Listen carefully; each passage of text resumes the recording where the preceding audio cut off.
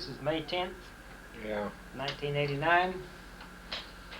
My name is Joe Todd, and this is an interview with Mr. Fred E. Pratt. We're in Wilmington, North Carolina, and you live where? San Luis Obispo. S-A-N-L-U-I-S O-B-I-S-P-O. 3 words. San Luis Obispo, California. 93406. P.O. Box 14109. So where were you born? Tacoma, Washington. 29 January 1915. 1915. So you went through school in Tacoma? Seattle. Seattle. Mm-hmm. Okay. Got caught in the Depression, Depression years. Enlisted in the Washington State National Guard, 146th Field Artillery. What year? December 1929. And I was 14 years old.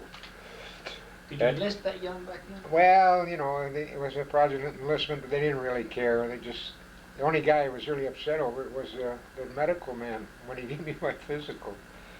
He said, "How old are you, son?" I said, "I'm 18, sir."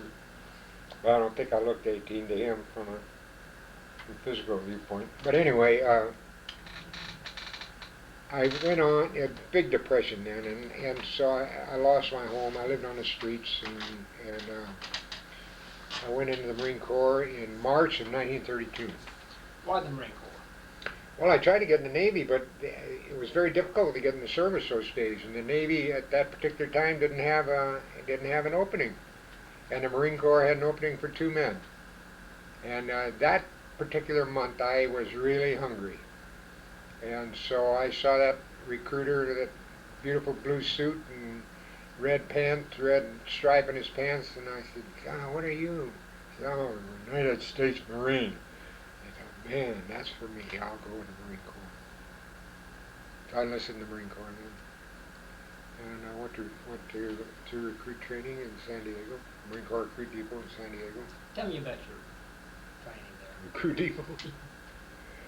Well, I had no idea what I was getting into. I just, I knew it was military and people were strict and that sort of thing. But what happened to me was what happens to everybody when in the old days they went through boot camp, was that they discarded all vestiges of your former life and training and mental attitudes and started your brand new, fresh as a United States Marine with your best friend as your rifle, and the sergeant was in charge. And that's what they endowed us with in recruit training. Shaved our hair off and issued clothing to us, taught us how to bathe and how to wash our clothes and the elements of disciplinary training and no brutality, but real harsh training.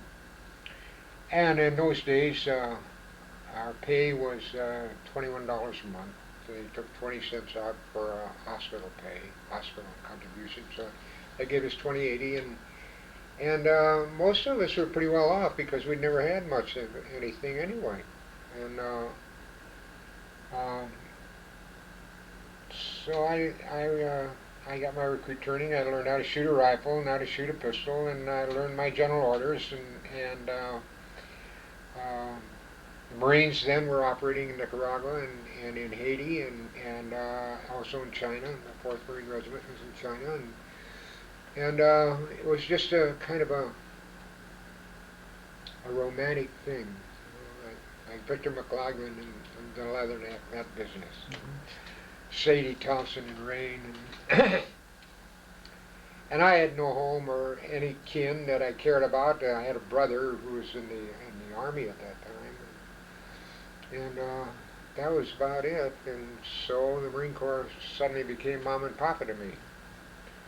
And on the grinder, the drill, and the physical training in the recruit depot, and out to the rifle range, and then from there, after that, I was sent to sea school. What is sea school? Well, sea school is the Marine Corps. Those Marines who are going to serve aboard ship are sent to their training, like a recruit camp training. Now, did you volunteer for this, or were you Oh no, I didn't volunteer for it. I was just sent there. And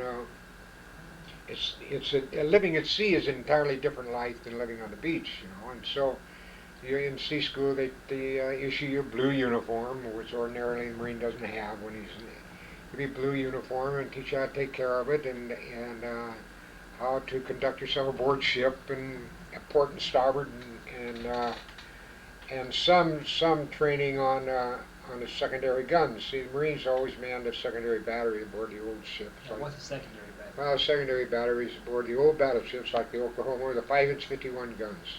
They're a powder bag gun used.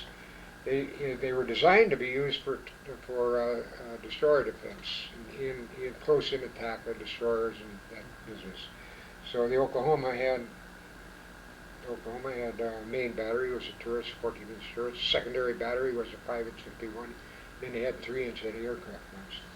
And so the Marines were taught how to be on a gun crew and positions on a gun crew in sea school and all the different Navy ranks and the ranks of the officers and other sailors and life was aboard ship, how to live aboard ship.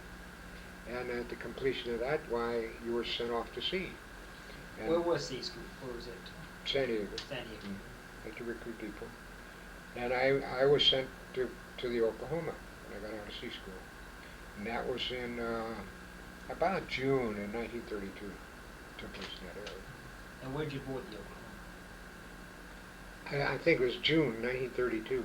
Where? Where? In San Pedro. The Oklahoma was part of the battle fleet. And most of the fleet was stationed in Long Beach, San Pedro area. And we had 8 battleships and 2 carriers, Sarah and Alex. You had the old Langley was a carrier, was an old collier was made into a carrier. Langley incidentally was the first carrier they had in the Navy. And she was in San Diego, but the Sarah and Alex were stationed in Long Beach, San Pedro area. And all the battle fleet was there. And the cruisers, heavy cruisers and light cruisers. Cans all were down in San Diego. Well, that was a magnificent thing to see there when the fleet was in San Pedro and Long Beach area. Those 2 beautiful ships, the Sarah and Alex, they were just the greatest things that ever sailed the seas, you know. And then the battleships were the hangover of the British dreadnought. And if you ever, I don't know whether you remember seeing the Pathé News, and I'm sure you didn't because you don't even have it when you were young, but the old Pathé News is the news you used to have in the movies. They always started it with a picture of a battleship in a heavy sea coming up and then taking on green water, and you could see the cage mast and the big number sign up on the mast. And that always started Pathé News. You know, and that was sort of a romantic thing. And the Oklahoma was part of that. But the Oklahoma was a peculiar ship because she was one of 3 that had been modernized. Oklahoma, New York, and Oklahoma, Nevada, and the Arizona, I guess, were a particular type of 14-inch guns and tripod masts. They were both they were modernized around 1924, I think. Built, laid down in 1914, modernized around 1924. They had a tripod mast, which was a 4.5 mast with a tripod this way. You've seen pictures of it. Why did they go from cage mast to the tripod mast? Well, it was in the naval concept of modernization of the ships, and of course, they had all the fire control instruments at the top of these tripods, and underneath they had a clover leaf, and the clover leaf was for the crews to operate. Actually, they ended up operating anti-aircraft guns. Now, what do you mean clover leaf? Well, as the 3 tripods, the 3 legs came up like this. Right at the top was a big house, if you've seen the picture, and that's a fire control area. Right underneath it, about halfway down, had a big steel platform that connected these 3. They called that the clover leaf because at each place it had a little thing like this. And then in those things later on, they put 50 caliber machine guns for anti-aircraft guns. See, in those days, like 1932, anti-aircraft was kind of a strange thing. It was just really didn't amount to. The big thing was those big guns on a battleship. When you first saw the Oklahoma, what'd you think? My God. Oh no. See, if you go aboard that ship, and we're looking at North Carolina, if you go out aboard that North Carolina and you've never been on a naval vessel, and you get down below decks, you get lost. Because it's full of compartments, and you have really no idea where you're going, and you're lost. And so that's what happened to me when I went aboard the Oklahoma. I was just lost. I was just a kid anyway, and I was in a strange world. And the Marine compartment on the Oklahoma was aft. Ordinarily on the battleships, the officers' quarters were aft. But on the Oklahoma, the Marine compartment was aft on the third deck, just above the waterline. And it was a horrible place, horrible compartment, because the ventilation was practically nil there. And the ports were just above the waterline, so if we were at anchor or laying to in a groundswell, we had to keep the ports closed because it taken water. The only time we ever opened the ports was when the sea was comparatively quiet at port, and then we could open those ports. How big those port holes? Oh, they're large, quite large. Yeah.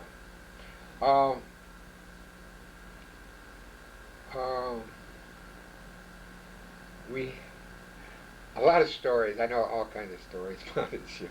Yes, relate a few of them. Well, when I think about this one about the ventilation is so poor. And we always had a controversy going on, not meanness or hate or anything with the Navy, but it was just kind of a controversial thing.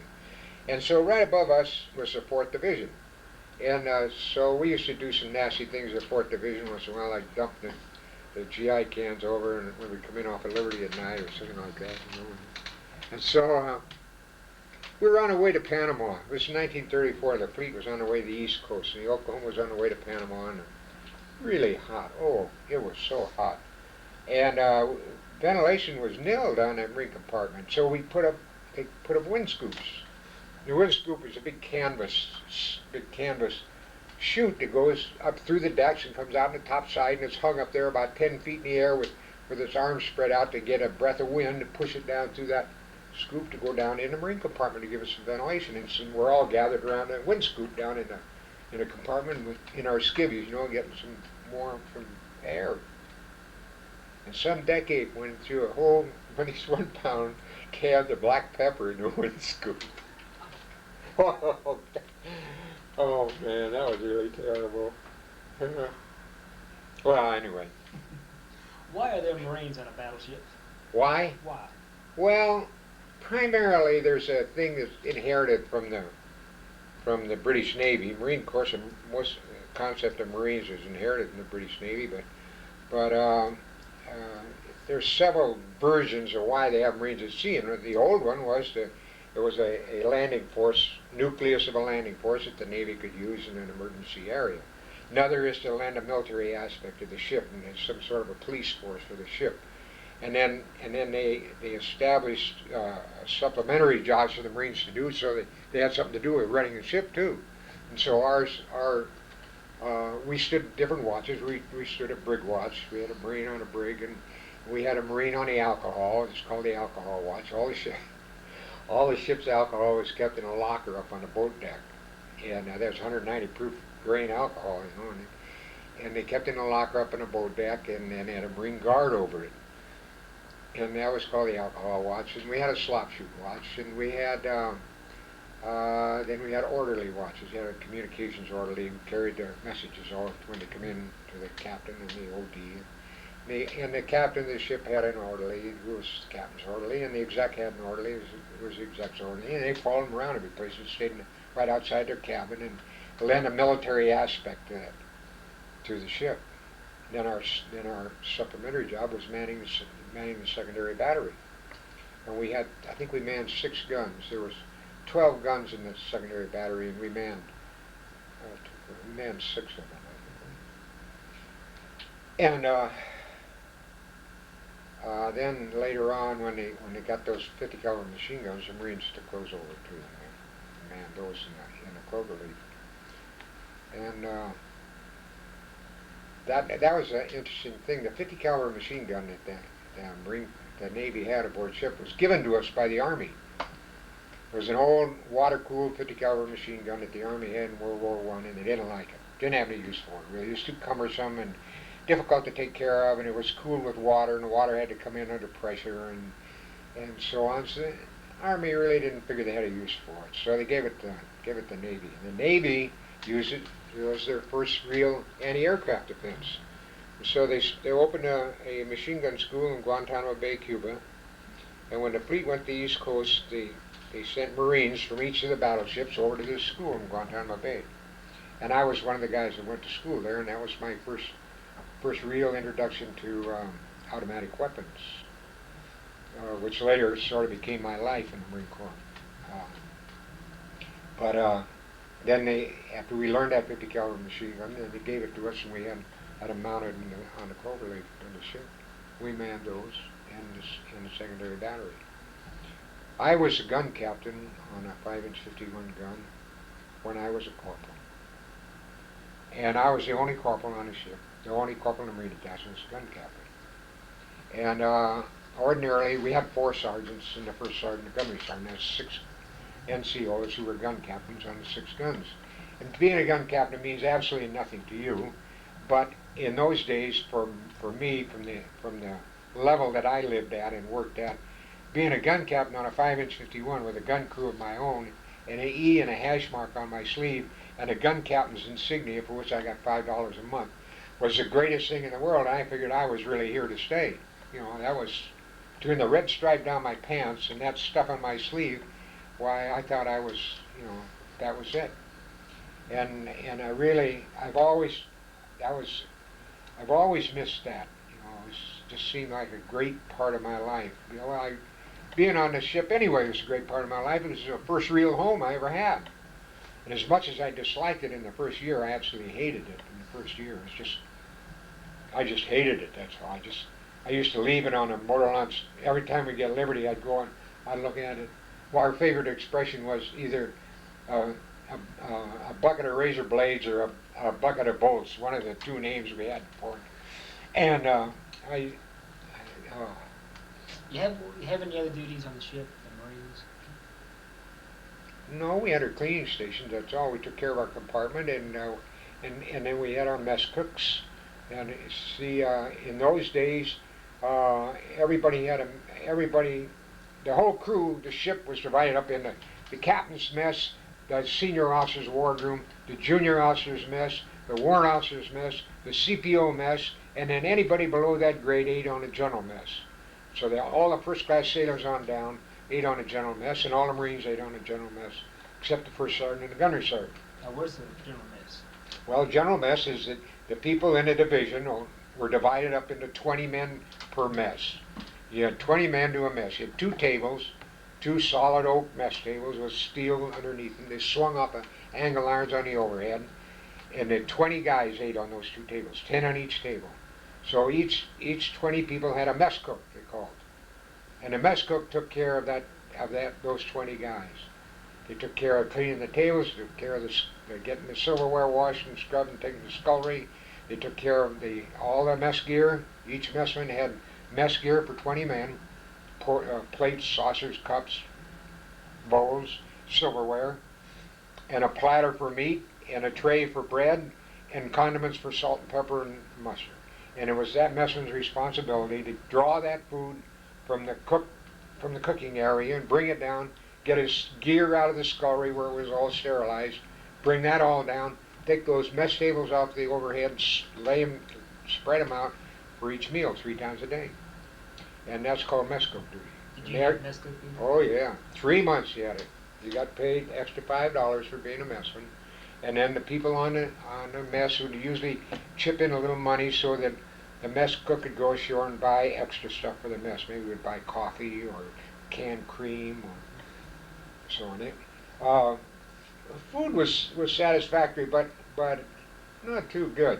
Well, it's good, but nothing fancy. So, like one time they cut off all our coffee in the Navy. They decided that they were going to issue a beef extract from Argentina to the Navy instead of coffee. And so my ship they cut off the coffee, and you got this beef extract. I forget what they had a name for it, but I forget what it was. It only lasted a couple of months because everybody went crazy. You know, we were all putting our pennies in to have the Mexican go ashore to buy coffee, and so we'd have coffee on our table. But that didn't last very long. But outside of that, food was adequate, but nothing really fancy. So the guys would chip in to get a little extra stuff in the mess, and also to give the messman a little extra money. How big were your quarters? How big? Yeah, how large? Oh, not very large. We had 90 men on the Marine Detachment, and our compartment, well, the compartment was probably about, I never really thought about that. It's about 60 feet by the, maybe 60 by 100 feet. That sounds about right. But we didn't have hammocks. We used steel bunks. But the bunks were all hung from the overhead by chains. And in the morning, when you got up, the bunks were all hooked up. There was 3 in a tier, 1, 2, 3. They were all swung up and hooked up, so it gave you all this floor space, deck space that was open. Then in the evening, bunks down, hammocks piped down. They call hammocks piped down. Then the bunks were all put down, and everybody had their bunk space. Then they issued you sheets and pillowcases and mattress cover and your own mattress, and you had to take care of them.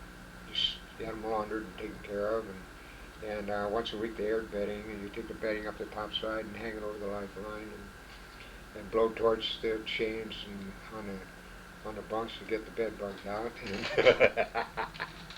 Were bed bugs bad on the ship? Oh yeah, God, they're terrible. And because they see these steel bunks, the little springs about the size of my thumb, and then the bed bugs would get inside those springs, and you couldn't get them out really. So we'd take a blowtorch and blowtorch at them to cook them out, but it still never really got rid of them. Venereal disease is a bad thing too. When I was a kid, that we always had this onus of having a gonorrhea or syphilis over our head, and the punishment for it. The punishment when I first went to sea was very strict. If you got a venereal disease, you got a summary court martial, put you in the pokey.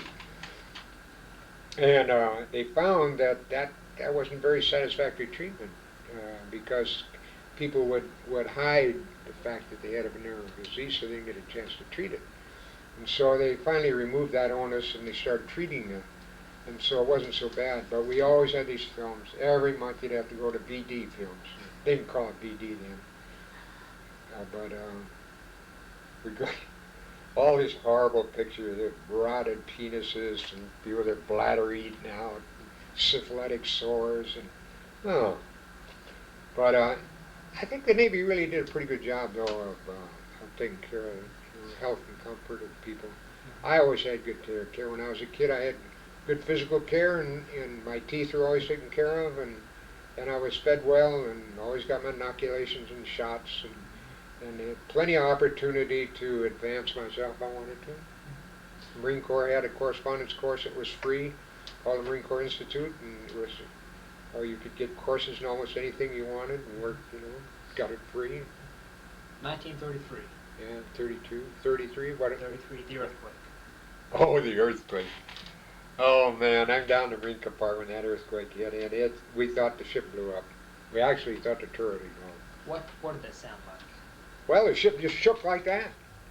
It was a terrific noise, like a thundering noise, and it just shook, just like that. It's like somebody picked it up and shook it.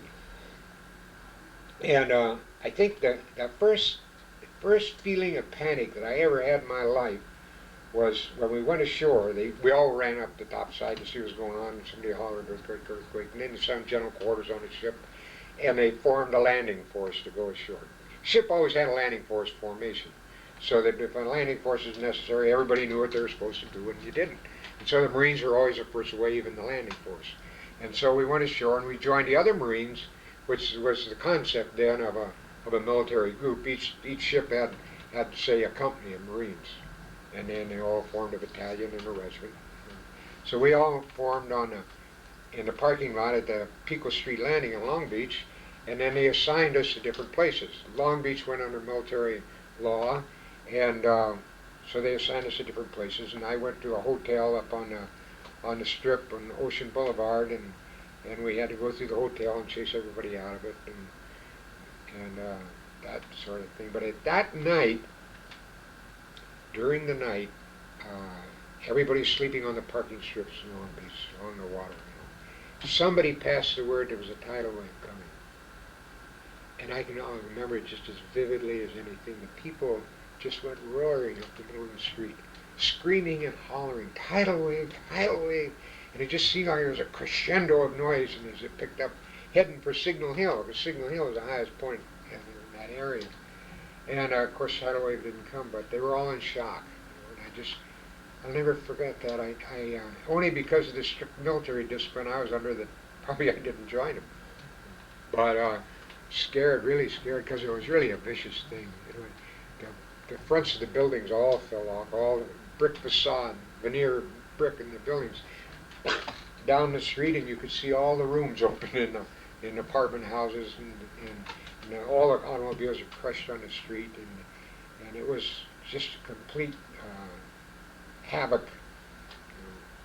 But military law, and the military took over very well and ran the city for a few days, so he got in order, and then we all went back. Now, who was in charge of the military law? Who was in command? I don't remember that. I can't tell you that. I don't remember that. You see, I was a PSC in the Marine Corps, and I didn't know very much. I knew my rifle number. Was there any damage to the Oklahoma from the earthquake? Not to my knowledge, no. The only first damage I ever saw in the Oklahoma was we lost a screw on the way to Bremerton Navy Yard, and it was about 1933. That was 33 too, I think, probably right after the earthquake. And we were on the way. We went to Bremerton every year for 3 months for overhaul. All the ships did. And on the way to Bremerton, we lost a screw. And Oklahoma had twin screws. This one of them came off, banged against the hull of the ship. And I was sleeping right in that area, right over the top of that screw. Really scared us. But we got up in the Navy Yard and they replaced the screw. It was very interesting to see. How did the ship travel on one screw? Vibrated a lot, but it made it. Yeah. And where did the screw come off? What part of the Pacific? Aft. I mean, where were you? How far from Bremerton were it happened? Oh, we were between San Francisco and Bremerton, probably about halfway up, maybe off the coast of Oregon, someplace in that area.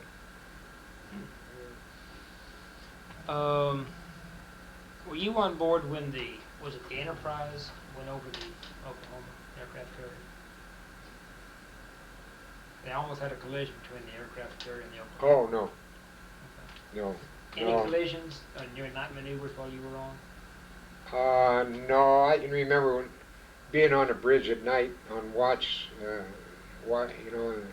Corporal Guard always stayed on the bridge at night, and we were in battle practice. See, they used to maneuver these battleships like troops. They'd steam in column, and it makes so much a degree turn, or they make a whole flanking turn, or they'd come up alongside an echelon.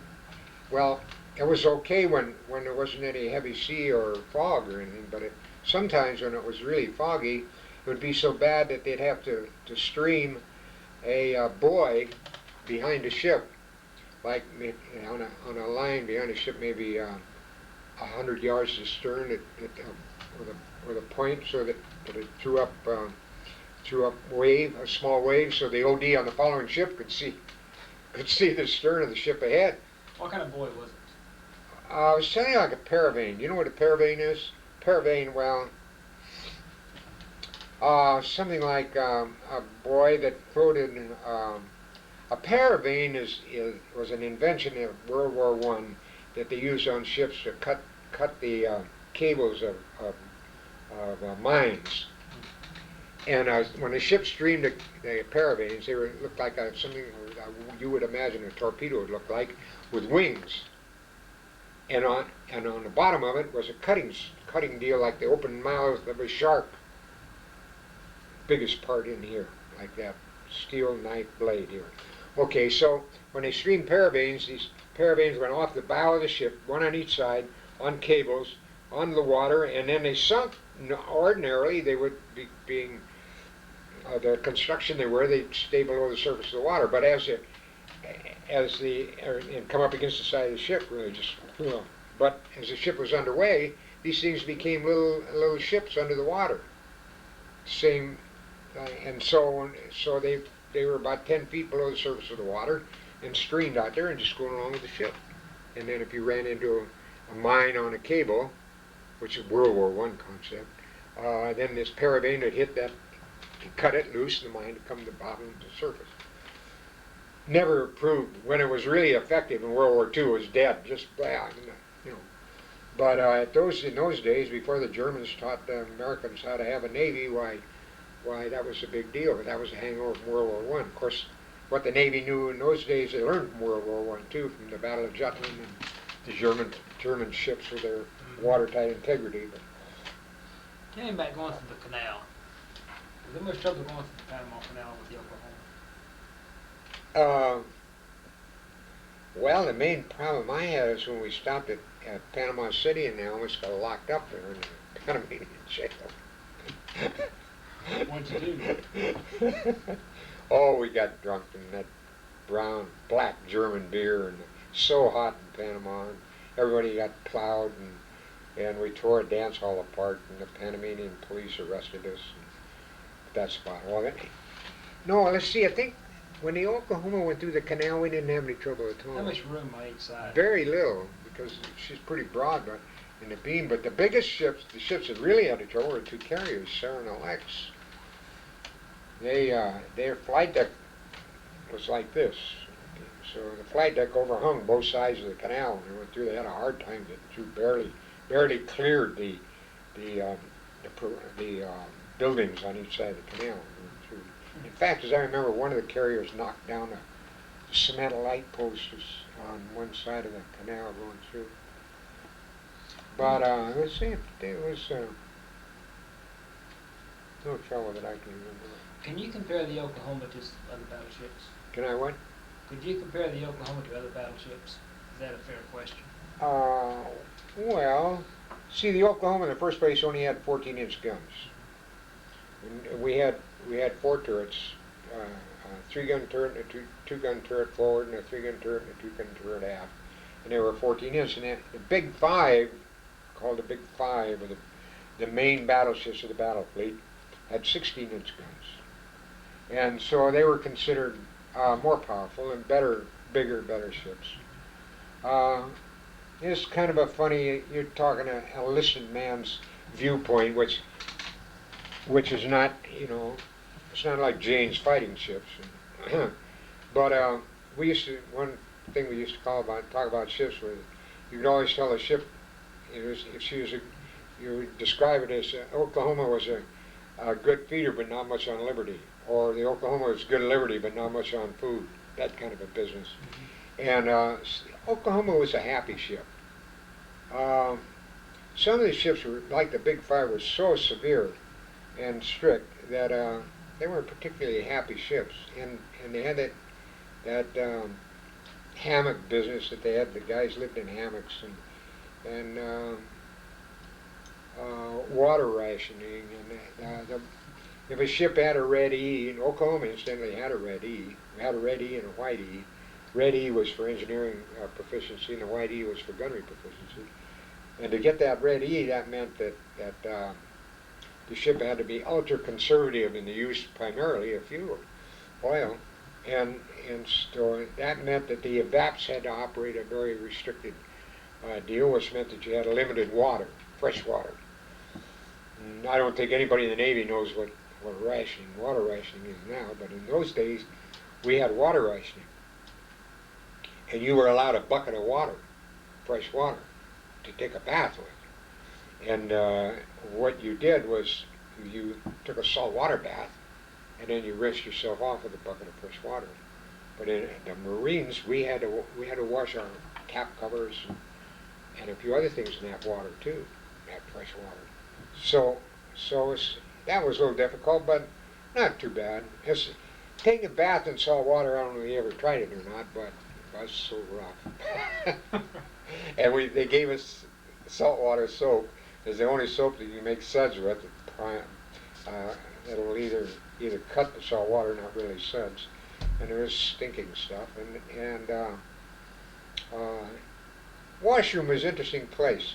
Washroom is a room about the size of this hotel room, and as you went into it, it had a white tile deck, and on one side was a long trough, a copper trough, not a trough, a kind of a platform like a shelf, about 2 feet off the deck, and that was where you placed your bucket or whatever, and above that were some mirrors. And then alongside of that shelf was a long tube that came down with a spigot handle on it, and that was a live steam tube. And so the way you got hot water was to bring your bucket of fresh water, hang it on that spigot, turn the spigot on, and the live steam heated the water up. Boom, and the old water started bubbling, and you had hot water. And then you used that to do whatever you wanted to do. And the showers, they had some showers in the back, and they were saltwater showers. So you get on the saltwater shower and take a shower and brush off with whatever fresh water you had left, and that was where you took a bath. And you usually went in there barefoot with skivvy pants about all on. And the toilets,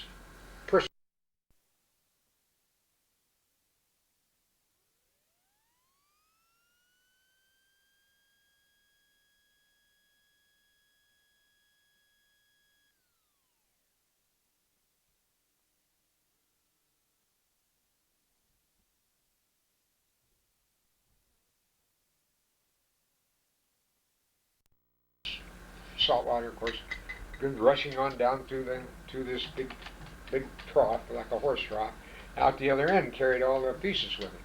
And on sparse, every foot or so would be a wood seat where you'd sit. Those seats are made of oak wood, and they were scrubbed every week. Took the seat, scrubbed the seats, but we were always leery of those seats because there are a lot of crabs aboard the ship as well as bed bugs. Excuse me. and you know that medical treatment for stuff in those days is so much different than it is now. But they didn't have penicillin or any of that stuff, you know. The treatment for crabs was, oh God. Do you mind me telling this story? Well, they gave you some stuff called blue ointment. And it was horrible stuff. It was kind of a sulfur with a mixture or something. You know, you're supposed to rub that all over you and leave it on, and hopefully the crabs would.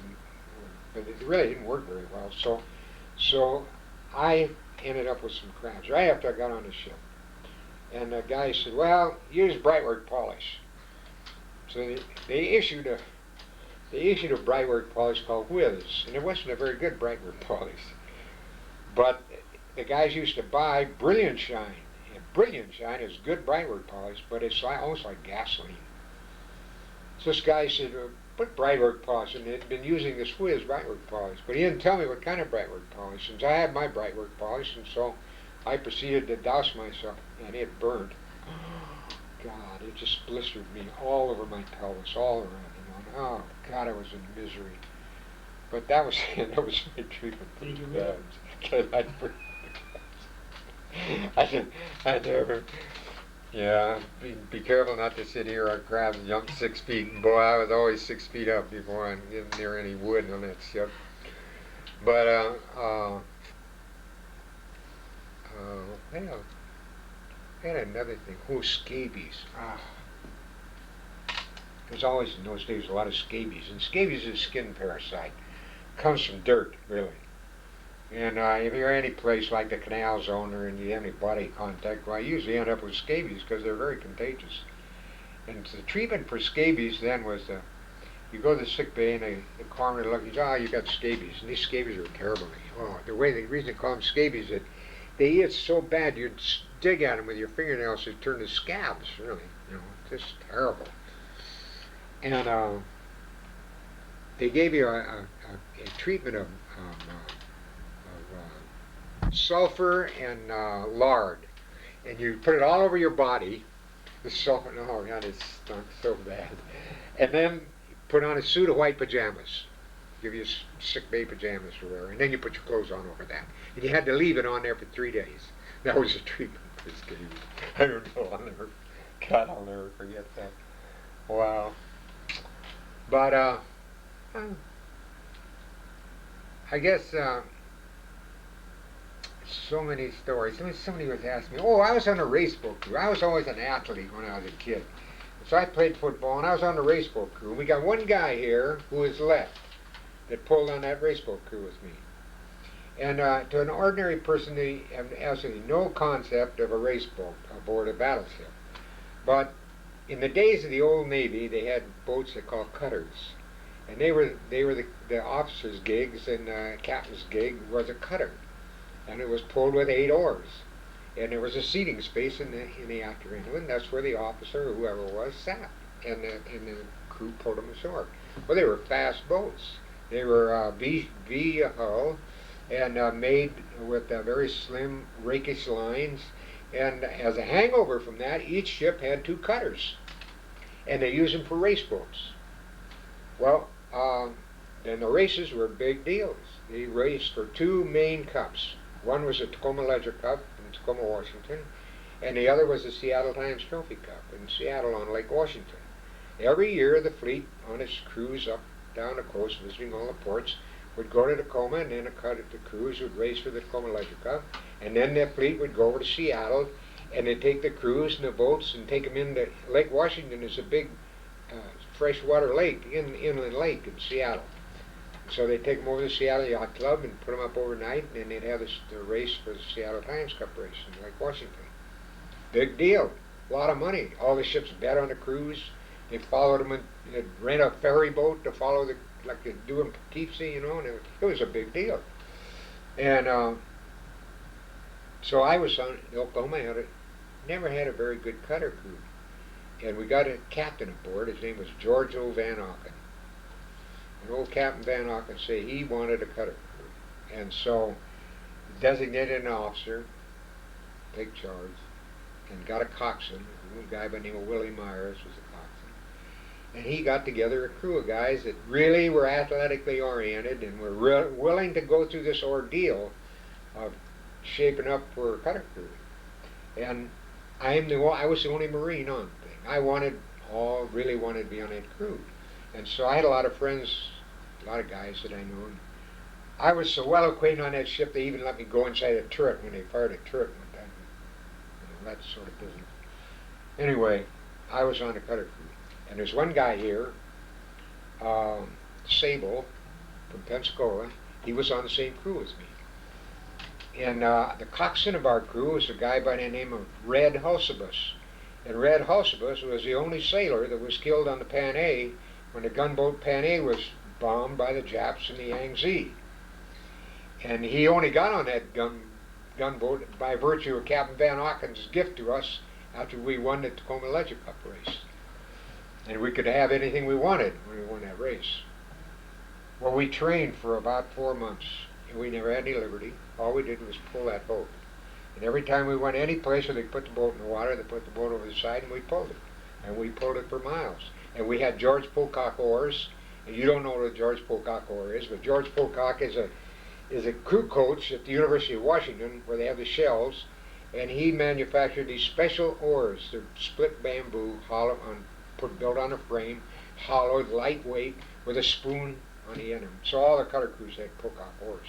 So Van Auken got Pocock oars for us. And on a shell, you sit in a seat that slides back and forth. Your feet are fixed, and you slide back and forth as you pull the oar. Well, on a cutter crew, you sit on a little. They build a little stand up in the air, and give us a pair of rowing pants with a felt bottom on them. And you slid back and forth on that thing. You pulled your oar and you laid back. We used to go and pull that boat for miles. We really pulled it for miles, and we were so proud and the captain was so convinced that he was going to have a crew that gave us everything. We had our own mess. We'd come in, we'd have anything we wanted for breakfast. We'd go out and work out early in the morning, then we'd have breakfast, then we'd lay around and we'd have a lunch of toast and clear soup, and then we'd pull all afternoon. And if we were at sea, we pulled the rowing machine. We had a rowing machine. We pulled the rowing machine instead of the boat. And we were hot. We were really good. And we loved that boat, and we were just convinced that boat was it. And we loved our coxswain. We just were part of each other. And so we got to Tacoma in Tacoma Leisure Cup race, and we won the race. And we threw Willie Myers over the side, and he couldn't swim. He almost drowned. We threw our oars to him, and the captain come alongside his gig, and the coxswain was a guy by the name of Jap. And old Jap hauled old Willie out of the water like a dog. But we were so pooped that we couldn't even get up. Most of us were puking in the water, in the bilges. We were just, it was a very excruciating thing pulling on a How long was the race? Oh, I don't know. Sable probably knows. I don't know. It was about the same length as an ordinary shell race, though, and several miles. And you have to pull in unison, or what? Oh yeah, just like you ever watch a crew pull, a shell crew? Same thing. Same thing. And was the man up there? And the coxswain was in the stern. He was beating out the rhythm. Now how does he do so that? many strokes per minute. How does he do that? With the tiller handle on the side of the gun.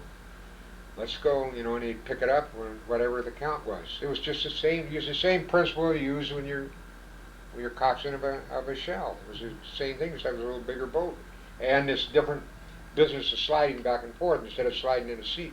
We had about the same clearance. Like when you laid back with your oar, you only had about 4 inches between the bottom of your oar and the water. So if you were in a little chop or something, the chop would hit that oar and throw it down against your gut. You know. We really loved that boat. I'll never forget that. We went aboard the Pennsylvania, and Rear Admiral William V. Pratt was the combat ships, ex-commander battleships, and he gave us our trophy. That's the trophy I asked you about. Big silver trophy.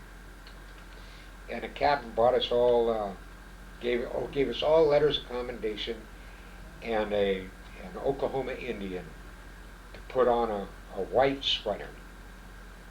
I never did get the sweater, but I got the Indian. And I got the letter of commendation. Athletic excellence or something like that. Award. Those things are important. And Sable gave us his sweater. Yeah. With the Indian says, oh, Yeah. we have it on display. Then we went to Seattle to pull in the Seattle Dimes Cup race. And having won the Tacoma Leisure Cup race, everybody's convinced you're going to win the Seattle Dimes Cup race. But some way, something happened, and I'm not ever sure what happened, but we got a bad start. And we were at toss oars when the gun went to start the race. And so it was a little confusion. So we came in third. We didn't win the Seattle Dimes Cup race. Everybody's broken ours over Who were that. you racing against in the fleet? All the other ships in the fleet, in the battle fleet. Yeah. All the battleships had crews. They were the only ones that had the crews. We also had a whale boat, pulled for a whale boat race too. That was called the Battenberg Trophy, and they pulled for that at San Pedro, out in the San Pedro Harbor. But I played football on the Oklahoma too. We had a good football team. I used to have an all-fleet team, and so they'd pick out, just like you do for an all-American team, there's so many guys from each ship to play in the all-fleet team. But every ship had his team, and so we had a team on the Oklahoma, and we played against guys like Slade Cutter, Chung Hoon, Hula Hips, Boris.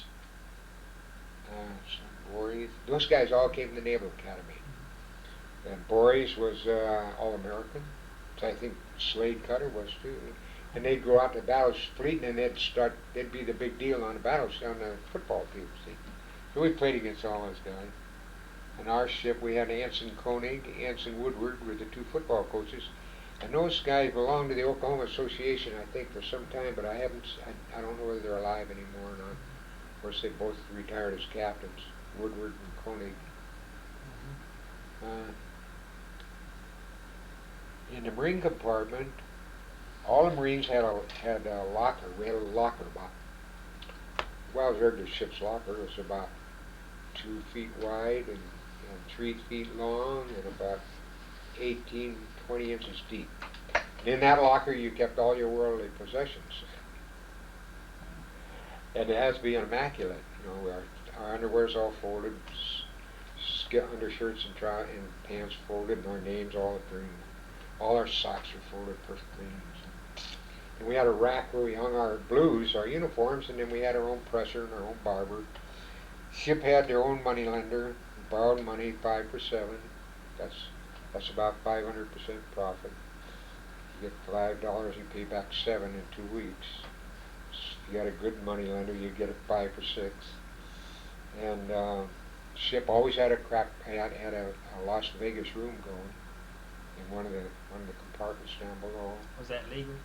No, oh no. But they had a system worked up where nobody could ever catch him. And I don't know how to tell you that.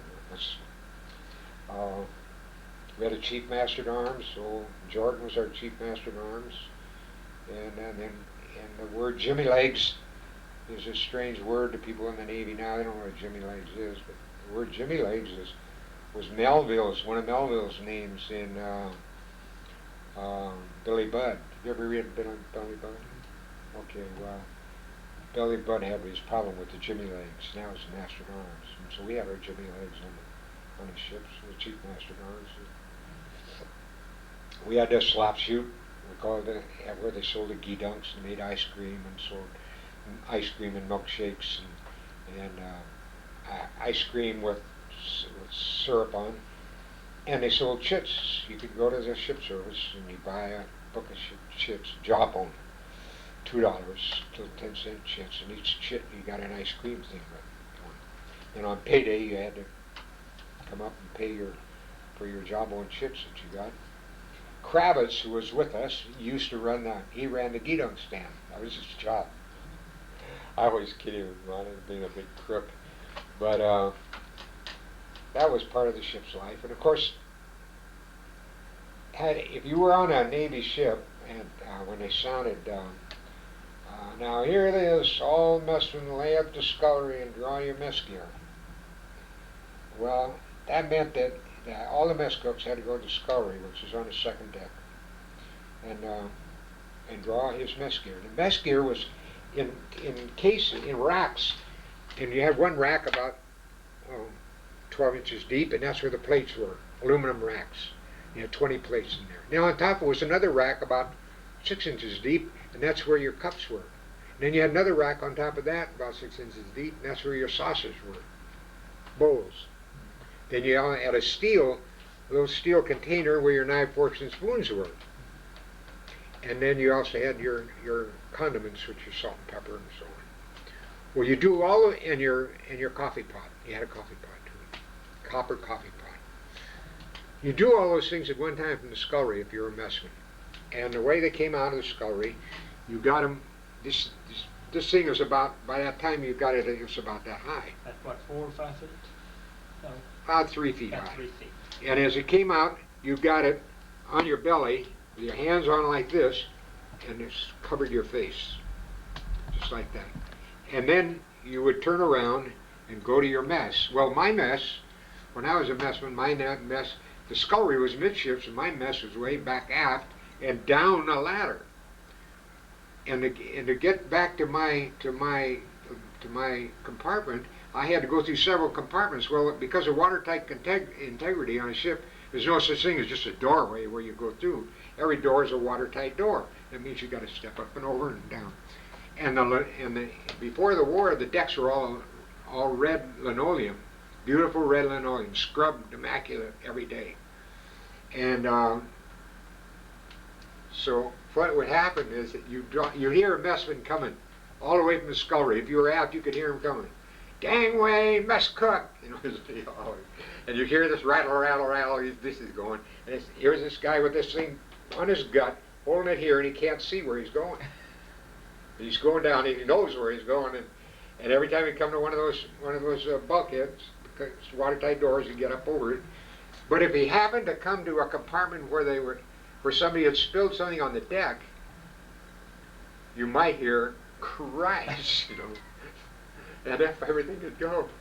And then to go down a ladder, see the ladders were, a ladder was a convenience of comfort. Ordinarily in watertight integrity, you had a hatch, and the hatch was closed off, and you had a little porthole there, where one man at a time could get through as you come up from down below. But because of living conditions, why the hatch was always up, and they had this ladder going up and down. You know, that ship has ladders in it. Where you had to go down that ladder with all this mess gear on you. And it would just barely clear the coaming. And you go down that ladder, lean back, balance. You just kind of balance back. It's like a Chinese boy with a hey-ho pole. And down that ladder you go with all this stuff and get it down, and then you set up your mess. And then after you got your mess set up, then you had a carrier, tureens. They call them tureens. There were 5 tureens in a carrier. They're aluminum pots about like this, and they nested one on each other and in a rack. And you got them all piled together, and you got this rack, then you got them sealed in there, and you carried it around like this. So you had your rack of tureens, and you had a meat platter, and you had a bread tray, and if anything else was issued, you had to get that too from the bakery, like pie or something like that. So then you'd take all that stuff and go up to the galley to get your chow. And they'll fill all these tureens up with chow, fill your meat platter with meat, you go around to the bakery, get your sliced bread and your pie, you get that all together, then you'd have to go back down, all the way down in that compartment with all that chow, balancing them. Well, under ordinary circumstances, it wasn't too difficult to do. But when you're at sea, and the ship is giving it this, and the stern goes down and the bow goes up, and then the bow goes down and the stern comes up, and at the same time she's quartering the swell, so she's rolling a little bit like this. And that messman comes out of that galley, which is on a boat deck, and comes down that ladder to the main deck aft, and across the main deck aft, down to 2 hatches to get the marine compartment. I don't know, I can remember one time I was spilling every bit of chow I had. Everything, pie, meat, tureens, everything, right down into the 4th division compartment. Oh, God, forget If that. you drop everything, what happens? Well, you just have to go back and pick it all up and go get some more chow. You had to feed those 20 guys who were waiting down there, waiting to get fed. And then they had additional duties. Each division messman had to do different things. One of them had to go to spud locker and peel spuds, and then another did so and so. And the Marines always had to go down and draw the flour for the bakery, and that was the worst job. And the flour was in the flour storeroom, which was almost down the double bottoms, and the flour came in 100-pound bags. And so you get a 100-pound bag of flour, you get it over your back like this, and you'd have to go up those ladders, and you'd virtually crawl up them, because you didn't have enough space where you could stand up. You had to go kind of like this and go climbing up that ladder with that 100-pound bag of flour in your back. And you finally got up to the bakery, and the baker was a guy by the name of Mike Danko. And I'll never forget him in my whole life. Mike Danko was a punch-drunk heavyweight fighter, and no, he's the bull, no, Marine. What do you call me? Leatherhead. Hey, Leatherhead.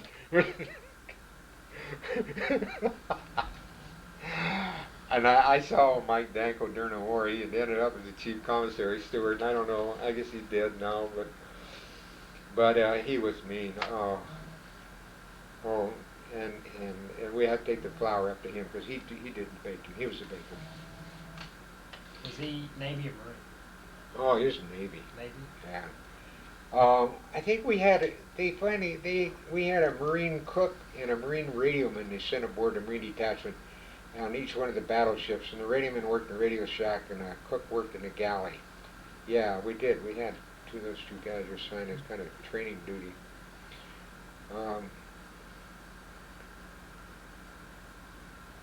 We every year had a kind of a routine every year that we would leave.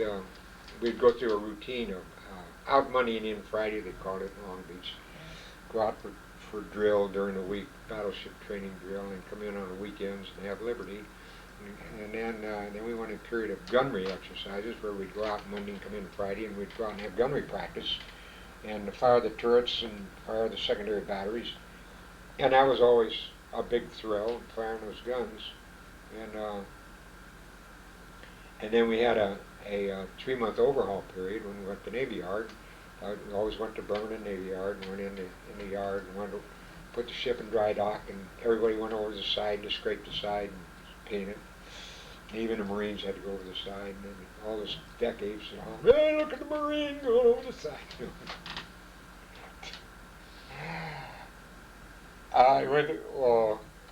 That reminds me of one time I played football in Oklahoma too, and you got time for me to tell you the story? We football team was training, and so it was difficult because you couldn't get ashore, to work out. You do a workout on a main deck aft, but we came into San Diego and we laid to off of a Coronado Strand, up beyond the breakwater, and and so they put the gangways over the side. The sea was pretty calm and a little ground swell. They put the gangways down and sent the football team ashore to throw in the field to work out. And once again, I was the only Marine on the football team. And so we wore all our gear, shoulder pads and pants and all the rest of the stuff, and carried our shoes around our neck because you couldn't wear them on the deck. And so we went ashore and worked out, and when we got all through, we got on a motor launch, come back to the ship. Well, we get back to the ship, and while we were gone, a big groundswell had come up, and the ship was rolling. And if the ship rolled too much, they had to pull in the gangways because it bang against the side of the ship. Big, immense things. And so if it got too rough, they had to pull up the gangways. When they pull up the gangways, they'd use a sea ladder or the booms. If they had a Liberty party ashore, they'd use a sea ladder, which is a big steel matting alongside the ship. But if there wasn't any Liberty party ashore, they'd just use the booms for the ship, for the boat crews, small boat crews. And what do you mean the boom? Well, if you've ever seen a picture of a battleship at anchor, it's one of these beautiful things, but you see these long wood arms come out from the side of the ship. Okay, those are called the booms, and the booms are for mooring the small boats. Like each ship would have so many 50-foot motor launches, so many 40-foot motor launches, so many whale boats, motor whale boats, and the captain's gig and the U.S.S. Captain's gig and the U.S.S. boat. And they were all moored on those, just tied up on those booms, like arms sticking out there. Well, a boom is a very strange thing. It's just like a spar on a mast. It had a little walking space about 6 inches wide on it, and then it had a line coming down that you could hold on to if you're walking down to the end of the boom. At the very end of the boom was a ladder hung down, and the ladder had 6 rungs in it. It was one of these tarred ladders, just like, not really a ladder, just a stepping. About every foot was a step. 6 of them, and at the bottom was tied together with a ring, and that hung from the end of the boom. And so when a guy wanted to go aboard the ship by the boom, he would get up in the bow of the small boat, grab the ladder when it came down, when the ship rolled, boom would go down, small boat would go up, and grab the ladder and go over the boom and go aboard ship. And of course, the sailors, the boat crews, they're all small boat seamen. They're all conversant with this kind of life. Wore tennis shoes and just very lithe and agile, like little monkeys, almost. And so it was nothing for them to go over the side on a boom, no sweat. But I'm a Marine. I never been on a boom. It's bad enough to go aboard the gangway, let alone the boom. And ordinary clothes, let alone a football gear on anyway. Shoulder pads. So we come back to ship and the gangways are up, and the OD told the coxswain, bring them aboard the boom. And so we go around the boom, and I'm watching these guys. I'm not going to be able to do that. I'm not going to be able to do that. I don't know how I'm going to do it. And so they all went, ship roll. And the ship rolls, the boom goes down. Touches the water. Most of the ship is rolling much. And then the small boat is on the crest of the next wave, so it's up when the boom is down. And so he just grabbed that ladder and top rung, and the boom goes up, you go with it like on an elevator. So I thought, well, maybe I can do it. So finally I'm the last guy. And the coxswain said, all right, Marine, get up there. And so the front, on the bow end of this motor launch, they had what called a king post. And it's a 4x4 post, about 6x6 maybe. It's in the very bow, and you kind of, the bowsman stands on there and kind of holds onto it, so it keeps him up, standing up. And so these guys would stand on the king post and grab the ladder. So when it come my turn, I get up there and get on the king post. And I'm watching this boom come down. I'm thinking, I don't know how I'm going to do this. But in the meantime, every deck ape that was off duty was up there on the main deck aft on the lifeline. Hey, watch the Marine! Hey, look at the Marine's going to come over with the boom! And I was sick, man. I'm scared Pete Green. I could just see myself drowning. That's all. And so the boat goes up, the boom comes down, and I missed it. And so the boat goes down, the boom goes up, and the coxswain says, okay, Marine, one more time, and that's it. I'm heaving you over the side. So, okay, the next time the boom comes down, the boat goes up, and I hesitate. So in hesitating, I missed the top rung, but I got the bottom rung. Well, when you get the bottom rung, there's no other place to go.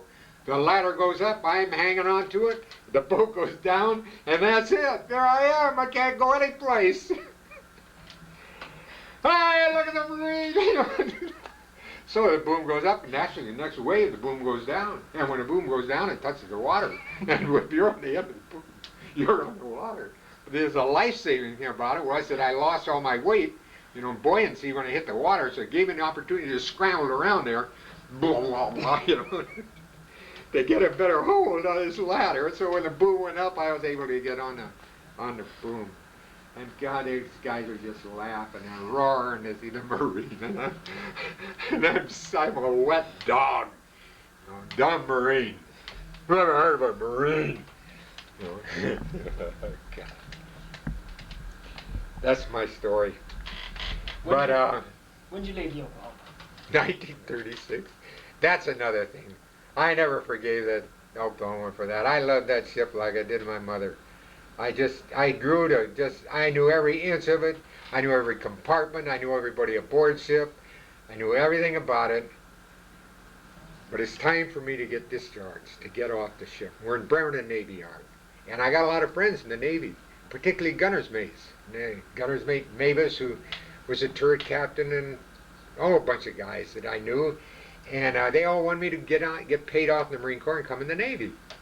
So I was kind of thinking about it, and I wasn't sure what I was going to do, but I was pretty sure I was going out of the Marine Corps. And our first sergeant called me up to the office, and he says, well, Pratt, it's time for you to go to barracks, Marine barracks there, and to get discharged. But he said, we're going to go to Europe. And I said, what? He said, yeah, the captain just come in and told me we're going to go to the East Coast and pick up the midshipmen from the Naval Academy and take them on a trip to Europe. And if you extend your enlistment 2 years, you'll be able to stay aboard and make that trip to Europe. And he said, you better do it, because it's the only way you'll ever get to Europe, and it's worth a lot of money, and you'll have a lot of fun. Oh. So I said, well, okay, I'll go. I liked the ship. I loved the ship. I loved what I was doing, And so I said, okay, I'll extend my enlistment. So I'll extend my enlistment to go to Europe. So we go down the East Coast, or down the West Coast, and go through the canal, and we get up to Portsmouth Navy Yard,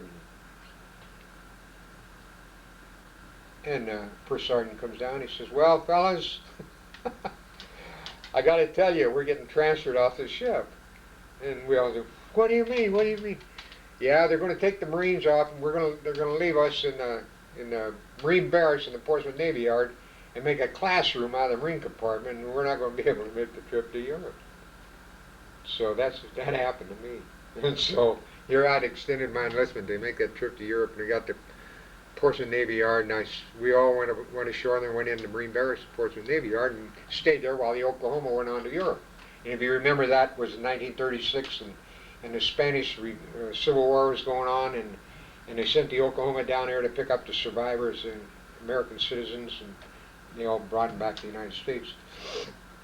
And in the meantime, I got transferred down to Quantico because Quantico had a football team, and I wanted to go down there and play football. And so I got transferred down there from the Marine Detachment, and that's when I left the Oklahoma in 1936, in the Portsmouth Navy Yard. But I never forgave him for that. But then, of course, God works in peculiar ways, and fate sometimes rears its ugly head, and I suppose it was all for the best. Mm-hmm. When did you get your discharge? Well, I never got discharged. I just kept going in the service, and I made warrant at the start of the war in 1942. I was on the Saratoga. I went to China. After I left the Oklahoma, I went to Quantico, and then I went back to the West Coast, the Permanent Navy Yard, and I was playing football there, and a guy came up to me and he said, "Why don't you go to China?" And I said, "I don't want to go to China. I want to get out of the service." And he said, "Well, you want to go to China? It's a lot of fun." So I said, "Well, maybe I'll go." And so I went out to China. And I came back in the last part of '39. What did you do in China? Well, I went to Guam first. I was in a Marine barracks in Guam, and they had a golf course there, and I knew how to play golf. And so I ran a golf course. And I stayed there for, well, most of the time I was in the Orient. I stayed in Guam, except for some trips I made on the Gold Star, which is an old freighter that used to run what they called a health cruise from Guam to the Philippines, up to Shanghai, and on to Japan, and then back to Guam again.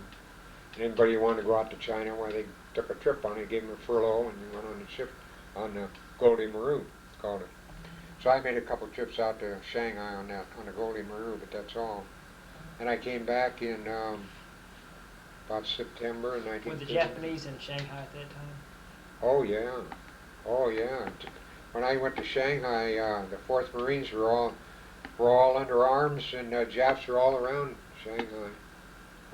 Shanghai itself was fortified, and the international settlement, 8 square miles, and that was the gunboat Houston. I mean the cruiser Houston. I think it was the Houston. There's 2 cruisers, 2 heavy cruisers that took turns being in the Asiatic fleet, the Augusta and the Houston. And I think it was the Houston that was in Battleship Row, and she was there. And that was the Japs bombed her.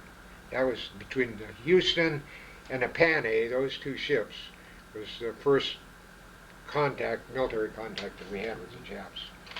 But they took a small bomb on the main deck aft on the Houston, and of course it sunk the Panay. And that happened while I was out there. And I came back to station, and then I went aboard the Saratoga, the carrier Saratoga. Mm-hmm. I was on the Marine Detachment on the Saratoga when the war started. Where were you December 7th? Well, Sarah was supposed to be in Pearl, but it wasn't. We were late getting there. And so we were still in San Diego, just getting underway to carry a bunch of aircraft down to the fleet. And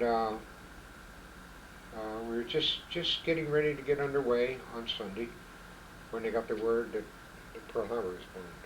And so we got out there in 3 days. Sarah's the fastest ship in the fleet, and she could traverse between the West Coast and Pearl in 72 hours. When you saw the Oklahoma, what was your reaction? First thing I saw was in Nevada. Nevada is a sister ship of the Oklahoma. As you come into Pearl, we came down the slot to swing around to go through the channel. There's a channel going into Pearl, kind of a curve like that. And then as you made that last turn, you looked at all the anchorages in Pearl Harbor. Well, coming in there, PT boats came out to meet us because there still was a Jap midget subs around. And they escorted us in, and we came around that first curve, and there's a Nevada. She's grounded on the side. They'd run her ashore to save her. The Nevada got underway, and they were trying to bring her out, but they couldn't make it. So they just ran her ashore, ran her aground in a mud bank. And of course, everybody was in shock. Just unbelievable to see anything like that. And then we came around the corner, and as we came around the curve to go into Pearl, there was the Arizona. And the Arizona was just smoke and, nothing, like those stacks just sticking out of the water. And then we made a turn to our berth, and we saw the bottom up of the Oklahoma. Just all she was. Do you know what's the Oklahoma installed? Oh yeah. They showed us, told us, all the different ships. What was your reaction? Oh, I'm sick.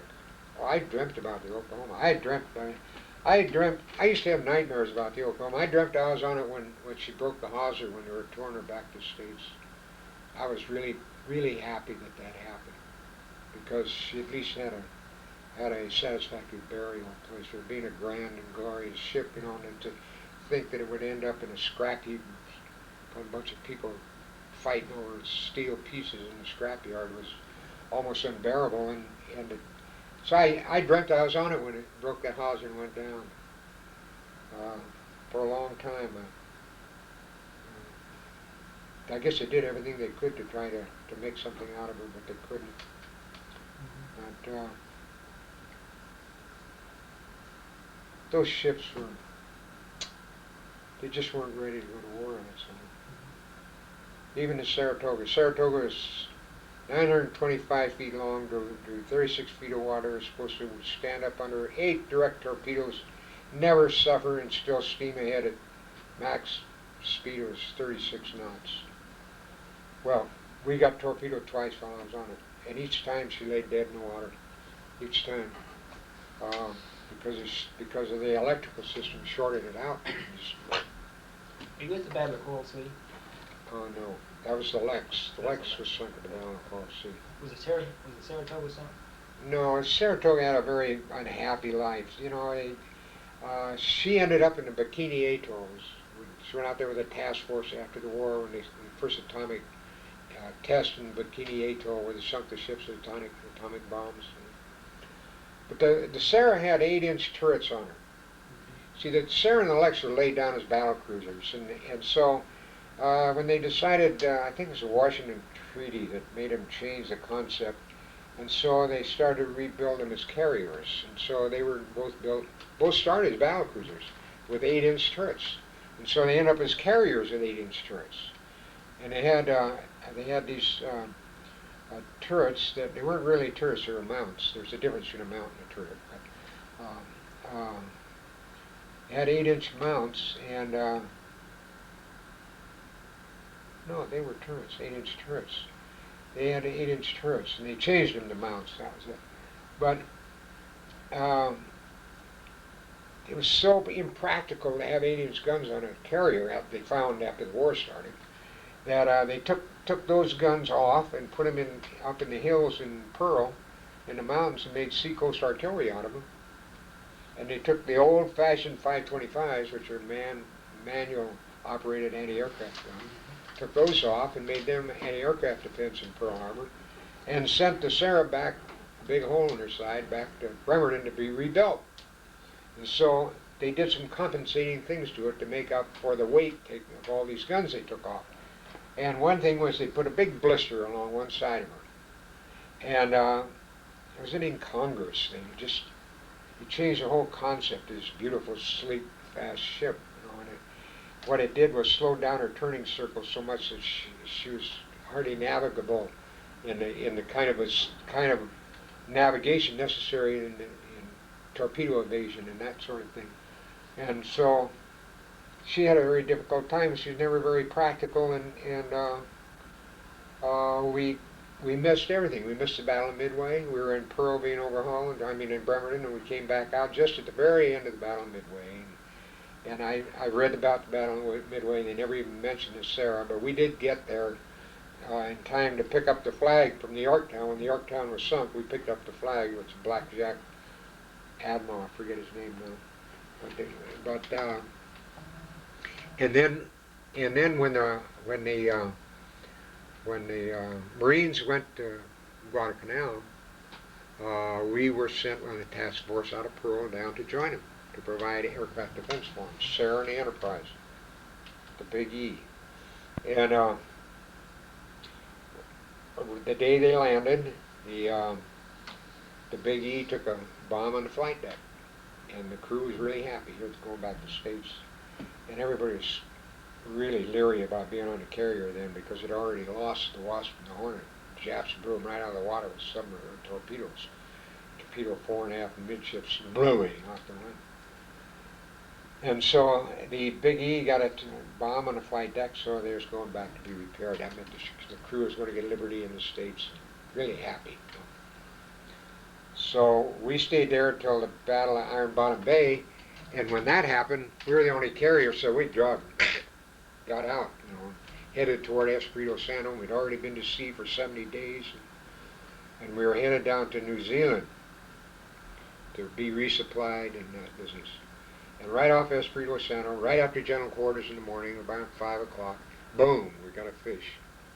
And when we got that fish, the ship had stopped, dead. If the guy had had anything on his ship, another torpedo, he could have sunk us. But apparently it was the last one. And maybe it was a spread and we only got one, or he only had one left or something. But there we lay dead in the water, and they sent a big seagoing tug out after us. This great big seagoing tug took the Saratoga in tow on a line and pulled her into Tonga Taboo. Tonga Taboo is the main island in the Tonga group, and was Queen Salome was the queen of the island. You ever hear of Queen Salome? 500-pound queen. Anyway, she took all her natives and went to another island. And they turned that Tonga over to us, or over to all the ships, and the Sarah went in there, and the sea beast came out in a barge and filled the hole with cement and bolstered up the bulkhead, and they got some electrical fixes on the electrical system on the ship and got underway and got back to Pearl. When we got back to Pearl, there the Big E was. They were getting ready to go to Bremerton. So we come into Pearl, there's a big hole in the side. Sarah's got to go to Bremerton. Big E's got to go back down into Coral Sea. What God, if you went ashore in Pearl that night when that word came out, your life was a hazard, boy. Those guys were really teed off. And so Sarah had a bad name because of that. I mean, never seemed to be able to get into combat right, but it's towards the end of the year, or towards the end of the war, she really got into it. And the planes did a lot of good at Rabaul, and then later on, when the kamikaze attacks and that business, Sarah really did her bit. And then she served in the carrying the troops back after the war. I've always missed Sarah too, and I went aboard I made a special effort to get to Charleston, South Carolina, because the old what is this ship? Well, one of the carriers anyway. Is it in Charleston? Oh, that's Yorktown. Yorktown, yeah, Charleston. And on the Yorktown, they have one room set up for the Saratoga. So all the memorabilia from the Saratoga is in this room, and it's kind of a shrine, like, So I went down there, went aboard that, and took a look at it. Ships are funny, just camaraderie aboard a ship is something that you hardly experience any other place. And of course, the Marine Corps has a lot of Semper Fi camaraderie because it's a small organization, small group philosophy works. But aboard ship, when you get 1,000, 1,200 guys aboard a ship, you can do almost anything to them, and they'll still stick together and take care of the ship and take care of each other on the beach. And they're ready to fight at the drop of the hat. Like it used to be in the old days, the main expression on the beach was "what shipmate." If you said "what shipmate," that means you had a fight, right there. And so all the guys are proud of their ships. And like I said about the Oklahoma, it soon became like home to me. All the little rat holes and runways and all the routine of the ship and all the people and everything just seemed to absorb you as kind of a mass nuclei of one entity, which is necessary in order to man a ship. Well, I used to tell my wife, aboard ship you have so much drill, like when we made cruises, and then you get underway, you have a lifeboat drill and that sort of business. I used to explain to my wife, every time on a man of war you get underway, you have underway drills. And when general quarters go, there's no hesitation about what you do. You know exactly what to do. Or whatever drill is, fire and rescue, you know exactly where to go. And watertight integrity, you know exactly what hatches to close and all the rest of it. In general quarters, where was your station, general quarters? general quarters, I was on a gun, 5-inch 51, on the Oklahoma, and when I was on the Sarah, I was a gun captain on a 538. That's an anti-aircraft gun. An abandoned ship were your quarters. Oh, let's see. Well, we all went to our quarters station, and with life jackets, ready to take our whatever boat we were assigned to, or whatever life raft we were assigned to, or whatever rigging we were assigned to, because everybody wasn't assigned to a boat or a life raft. General quarters, and from there, whatever your station was that you're assigned to, for abandoned ship. Well, I think we have a good interview. I could tell you about when I was on the Saratoga and was torpedoed the second time. You're not interested in that, I suppose. But we had been in general quarters, and it just broke general quarters, and so we had been in condition 2 for so long, and none of us had been down below into our living space. And so we went into condition 2, which was watch on, watch off, and so the guys who are off watch could go down below. And my living space is way down below, down the chief's quarters, and it was right over right after the aviation fuel storage. And we were torpedoed forward of the aviation fuel storage, about 20 frames forward of there. But I'm down in this compartment, and boom, we get to fish. Well, immediately the ship starts to list. Well, all I got on is my skivvy drawers, because I was getting ready to get cleaned up and change clothes. I got my skivvy pants on, that's all. And we had 3 hatches to go through to get to the top side. And the hatches, of course, are dogged down. And when the hatch is dogged down, in the center there's one escape hatch. One man at a time will go through this escape hatch. And so you have to line up to go through it. And I'll never forget that, because we lined up to go through that first hatch, and there was must have been 50 of us there, all in line, and I'm in my skivvy drawers, nothing on my feet, nothing, no clothes anyplace. I wasn't about to get out of that line to go get anything else to wear, and that's when I got my battle station, that's what I had on, my skivvy drawers. Go up through that hatch one at a time. And you didn't dare touch the guy in front of you for fear you'd be accused of pushing or shoving, or that you'd be accused of being afraid or anything like that. It's just quite a traumatic thing. Okay. Thank you. Yeah.